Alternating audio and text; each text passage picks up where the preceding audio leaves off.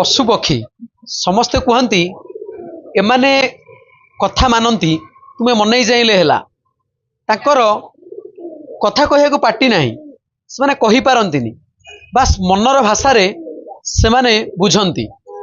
तो एमती आम जगह जड़े अच्छा सी कि एमती गुड़िए पक्षी आ पशु प्रेम अच्छा आप देखिपे सी कमांड देले पारा आसिक मो कांधरे भी बस बहुत फैमिलियर मत भी बहुत खुशी लगुच आज ये लाइव आप देखिपे आम न्यूज करने आसचु जेहेतु आम सागर कथा होचु तो पारा माने भी जानते ये मो मालिकंकर बंधु तो आम पाखे आसिक बस सागर सीधा आलोचना करवा से पशु प्रेम ये पक्षी प्रेम से केबेठू मनरे अच्छी आते पक्षी पशु से रखी चलते कथा समय लाइफ को स्वागत करूँ दिन है पक्षी मान निजर करके रखिए 10 वर्ष निजर कर गोटे जिन देखा आज डेट्रे 2024 बापा माँ कथा मानुना पिला आम देखीचु देखुचु ना धरिकी पुओ को डाकती आप डाकुंट राम मान से आसिक आप हाथ में धरा दूसरी बसुँच खुशी लगे बहुत खुशी लगे आपको लगे आप पिला छुआ पर ये पूरा फैमिली संगे अटैचमेंट आगे पारा घर सदस्य आम आ गए जिन देखिए कुकुर भी हाँ कुकुर जहाँ शिक्षा देले जहाँ शिक्षा देले ता करिवो आ 2 दिन समय दरकार रिल्स करबे सब जिन से करि परियो से बस हम कुकुड़ाटी रखी पारा रखी कुकुड़ा भी कुकुड़ा भी आप डाकिले हाथ में बसुची बोबा कहले बोबोजी आज्ञा कुकुड़ाटी मु गाँव आनी आज 5 वर्ष हो से पारा पाखे से अंडाटी बसते से नातीटे छुआटी मत देते गिफ्ट देता तेणुक आपको शिक्षा छोट बड़ी शिक्षा दे बोबाटा केमी शिखेबी तो यूट्यूब गोटे साउंड कर शिखा पड़ा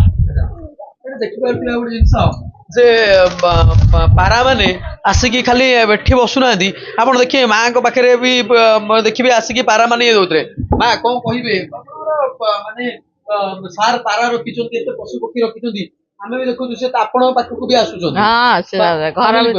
फैमिली घर भीतर को जी घर जा बसवे खट उपर पूरा फैमिली माने जमिति पिला माने जमिति हां से सेमिति हां किसी क्षति करंती नहीं ना ना किसी क्षति करन खाइए को डाकिले भी आसी खान हां खांदे खुशी लागुची खुशी तो बहुत ना माने पिला छुआ भी बापा मां को पतर ना हां हम देखुछु पारा की सार आपण को मुंडरे आसी बसला हम बखरे आसी बहुत खुशी लागे कहिबे आपण आज दर्शक माने को तो ओडिशावासी को कि भारतवासी को पक्षी पशु प्रेम जरूरी है हाँ जरूरी बहुत जरूरी लोक मैंने आजिकल माने पिला माने भी बापा माँ को भूली जाऊँ किंतु एमान को जदि तुम रख एमान को जदि भल पाइबा दब एमाने भी तुमको भल पाइबे तो आप देखिपे सीधा दृश्य आम देखु से पाराटी जमी निज पिला परी पाराटी आसिक जमी पुओ नाती नाती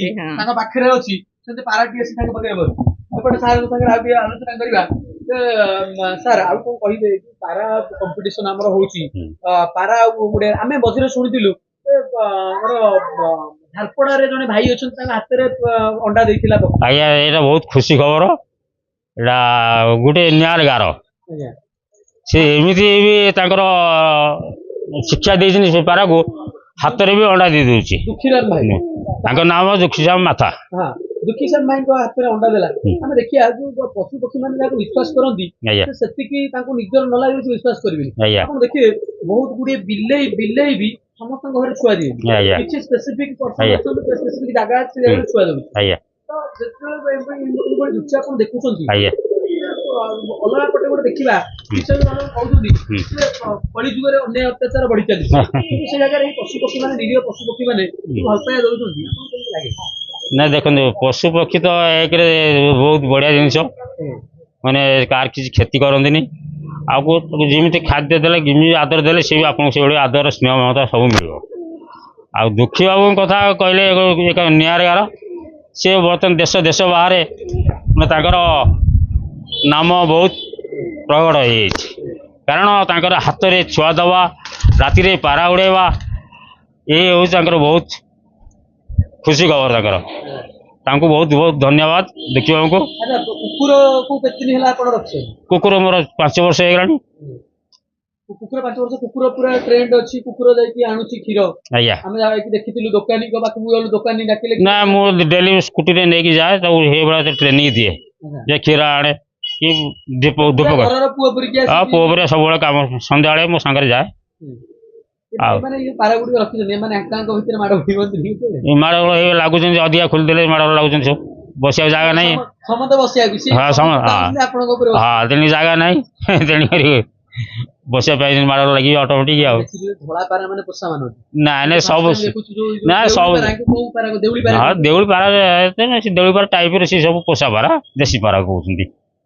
ଆଉ ଏମାନେ ସବୁ ପାରା କଥା ମାରିବେ ଆଜ୍ଞା, ସବୁ ପକ୍ଷୀ କଥା ମାରିବେ, ବଣୁଆ ଦେଉଳି ପାରା ହଉ ଯେକୌଣସି ଜଙ୍ଗଲ ହଉ। ଆଉ ଯେମିତି ଶିକ୍ଷା ଦେବେ ସେମିତି ସେ ନିଶ୍ଚୟ ଆପଣାର ହେଇଯିବେ।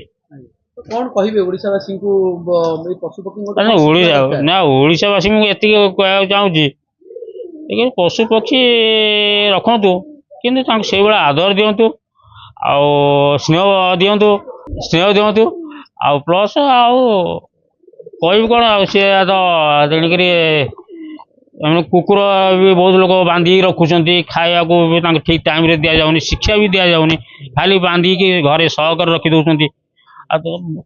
ଆଉ କୁକୁରକୁ ଡେଲି ସକାଳ ସନ୍ଧ୍ୟାବେଳେ 2 ଟାଇମ୍ ବ୍ରସ୍ କରିବାକୁ ପଡୁଛି, ଆଉ ସ୍ମେଲ୍ ନ ହବ, ଗୋଟେ ଭଲ ଲାଗିବ ହାଇଜିରା।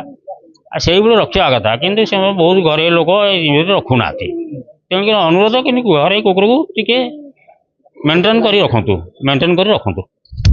ତ ଆପଣ ସିଧା ଦୃଶ୍ୟ ଦେଖିପାରୁଥିବେ ଯେ ପଶୁପକ୍ଷୀ ମାନେ ଏମାନଙ୍କର କହିବାକୁ ପାଟି ନାହିଁ, ସ୍ୱର ନାହିଁ, କିନ୍ତୁ ସେମାନେ ମନର ଭାଷା ବୁଝିପାରୁଛନ୍ତି। ଆଉ ଆପଣ ଦେଖିପାରୁଥିବେ ମୋ ପାଖରେ ବି ମୋତେ ବି ଭରସା କରିକି ପକ୍ଷୀମାନେ ବସୁଛନ୍ତି ଆସିକି ମୋ ଉପରେ। ତ ଏଠି ଗୋଟେ ଶିକ୍ଷା ମିଳୁଛି ଯେ ଯୋଉ କଳି ଯୁଗରେ ସମସ୍ତେ ମାନେ ବାପା ମା ମାନେ ପିଲା ଛୁଆଙ୍କୁ ପିଲାଟିରୁ ବଡ଼ କରୁଛନ୍ତି, ମଣିଷ କରୁଛନ୍ତି। ଆପଣ ଦେଖିବେ ଗୋଟେ ବାପା ତା ପୁଅକୁ ବୁଲେଇକି କାନ୍ଧରେ ବସେଇକି, ଆଜି ଯେମିତି ପାରା ଏମିତି ମୋ ଉପରେ ବସିଛି ସେମିତି ବସିକି ତାକୁ ଯାତ୍ରା ବୁଲେଇଥାଏ। ବାପା ପିଲାକୁ ଖାଇବାକୁ ଦେଇଥାଏ, ଜର ଝାଡା ଯଦି ହୁଏ ତାର ବି ସେବା ଯତ୍ନ କରିଥାନ୍ତି ମା ମାନେ।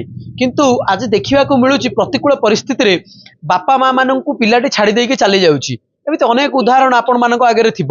ଦେଖିବେ ବୁଢା ହେଇଗଲା ପରେ ଯେତେବେଳେ ବାପା ପାଖରେ ପଇସା ନାହିଁ, କି ବାପା ଯଦି କାହାର କିଛି ବ୍ୟାଙ୍କ ବାଲାନ୍ସ ରଖିକି ଯାଇଛନ୍ତି ତ ବାପା ମାଙ୍କୁ ସେବା ଯତ୍ନ ମିଳୁଛି।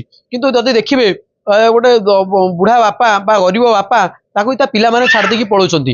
ଆମେରିକା, ଇଂଲଣ୍ଡ, ଲଣ୍ଡନ ଭଳି ଆବ୍ରୋଡରେ ରହିକି ପିଲାମାନେ ବାପା ମା ମାନଙ୍କୁ ଛାଡ଼ି ଦେଇଛନ୍ତି ଓଡ଼ିଶାରେ ବା ବାହାରେ ଆମେ ଦେଖୁଛୁ ଛାଡ଼ି ଦେଇଛନ୍ତି। ବାପା ମା ମାନେ ଖାଇବା ଗଣ୍ଡିକ ପାଇଁ ବି ହଇରାଣ ହେଉଛନ୍ତି। ସେଇ ଜାଗାରେ ଏ ପଶୁପକ୍ଷୀ ମାନେ ଆପଣ ଦେଖିପାରୁଥିବେ ବାସ୍ ସାର୍ ଖାଇବାକୁ ଦେଇଛନ୍ତି, ତାଙ୍କୁ ଶିକ୍ଷା ଦେଇଛନ୍ତି ବୋଲିକା ସେମାନେ ଡାକିଲେ ଆସୁଛନ୍ତି, ତାଙ୍କ ମନର କଥା ବୁଝିପାରୁଛନ୍ତି। ଇଭିନ୍ କୁକୁରଟିକୁ ଆମେ ଦେଖିଲୁ, କୁକୁରଟି ଯାଇକି କ୍ଷୀର ଆଣୁଛି, କୁକୁରଟି ଯାଇକି ମେଡିସିନ ଆଣୁଛି।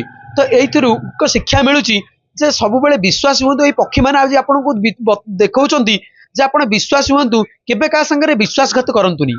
ଭୁବନେଶ୍ୱରରୁ ବୀରଙ୍କ ରିପୋର୍ଟ, ସମୟ ଲାଇଭ୍।